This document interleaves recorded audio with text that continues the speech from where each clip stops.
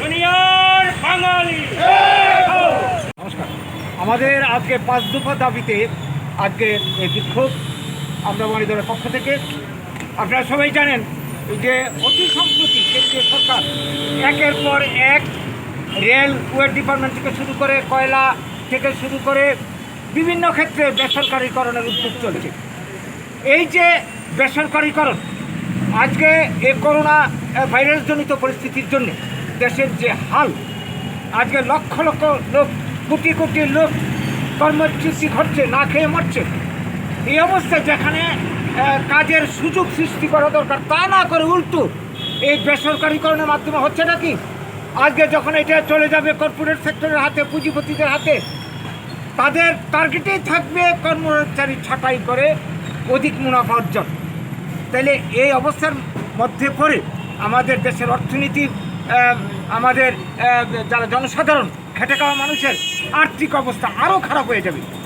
সেই সঙ্গে কেন্দ্রীয় সরকার আরেকটা উদ্যোগ আমরা লক্ষ্য করছি, এই করোনার অজুহাত দিয়ে এই শিক্ষার পাঠ্যক্রম, এই চলতি বছরের এই শিক্ষার পাঠ্যক্রমে এমন কিছু বিষয়বস্তুকে এরা ছাঁটাই করছে যা ভারতের যে সংবিধানের যে মূল কাঠামো, গণতন্ত্র, ধর্মনিরপেক্ষতা, জাতীয়তাবাদ, যুক্তরাষ্ট্রীয় কাঠামো ইত্যাদি ফান্ডামেন্টাল জিনিসগুলিকে এরা উঠিয়ে দিতে চাইছে।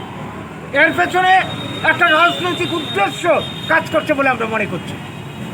যদি লকডাউনের জন্য বিষয়বস্তু সংকোচনের সিলেবাস শর্ট করার প্রয়োজন পড়ে মানছি আমরা, কিন্তু এর জন্য এই বেসিক ফান্ডামেন্টাল জিনিসগুলিকে বাদ দিয়ে দেবো আমরা। কাজে এর পেছনে একটা উদ্দেশ্য কাজ করতে আমরা এগুলি মানতে পারি না। এসবের প্রতিবাদে আমাদের আজকের জাহাজ, আমাদের বিক্ষোভ। আমরা গোটা ত্রিপুরাতে এই আন্দোলন, গোটা বাঙালিস্তানে আমাদের এই আন্দোলন চলছে। আজকে আমরা এখানে শুরু করলাম। আমাদের 5টা দাবির মধ্যে 1 নম্বর হচ্ছে অবিলম্বে কেন্দ্রীয় সরকারকে রেল বেসরকারীকরণের উদ্যোগ বন্ধ করতে হবে, প্রত্যাহার করতে হবে সিদ্ধান্ত।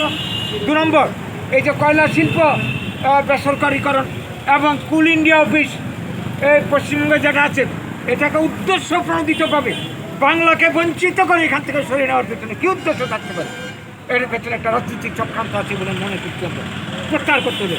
3 নম্বর দাবি, এই আন্দোলন আমরা আগেও শুরু করেছিলাম। ডিজেল, পেট্রোল, রান্নার গ্যাস সহ সব ধরনের পেট্রোপণ্যের মূল্য বৃদ্ধির জন্যে আজকে জিনিসপত্রের দাম হু হু করে বাড়ছে, যাত্রী ভাড়া বাড়ছে, পাবলিকের অবস্থা অত্যন্ত করুণ। এর পেছনে কী যুক্তি থাকতে পারে?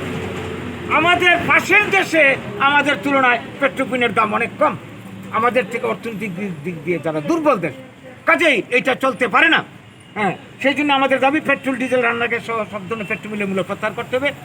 4 নম্বর, আজকে অস্বাভাবিক যাত্রী ভাড়া বেড়ে গেছে, গাড়ির ভাড়া 2 গুণ 3 গুণ বেড়ে গেছে। সরকার সিদ্ধান্ত নিয়েছে লকডাউনের মাধ্যমে, লকডাউনের মধ্যে সোশ্যাল ডিস্টেন্স মেনটেন করে যাত্রী পরিবহন করতে হবে। এতে হয়তো তাদের মুনাফাটা একটু কম হবে, আর যদি কম হয় বা যদি লোকসান হয়, এই লোকসানের দায়ভার কি পাবলিক নেবে? এই লোকসানের দায়িত্ব নিতে হবে গভর্নমেন্টকে, কিন্তু এটা চাপিয়ে দেওয়া হচ্ছে পাবলিকের উপর। এখন 2 গুণ 3 গুণ ভাড়া করতে হচ্ছে। কাজেই এই যানবাহন ভাড়া বৃদ্ধি প্রত্যাহার করার জন্য সরকারকে উদ্যোগ নিতে হবে। 5 নম্বর দাবি, এই যে বলছিলাম শিক্ষার পাঠ্যক্রমের মধ্যে গণতন্ত্র, ধর্মনিরপেক্ষতা, যুক্তরাষ্ট্রীয় কাঠামো থেকে শুরু করে ফান্ডামেন্টাল যে সমস্ত বেসিক জিনিসগুলি আছে, এগুলি এই যে প্রত্যাহারের সিদ্ধান্ত, এই সিদ্ধান্তকে বাতিল করতে হবে।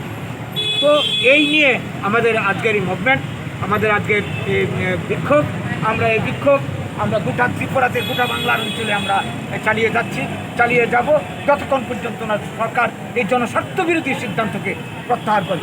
আমরা আপনাদের মাধ্যমে, সাংবাদিক বন্ধুদের মাধ্যমে আমরা আমাদের এই বার্তা গোটা ত্রিপুরা রাজ্যবাসীর কাছে এবং সরকারের দৃষ্টিতে আমরা এটা তুলে ধরতে চাইছি।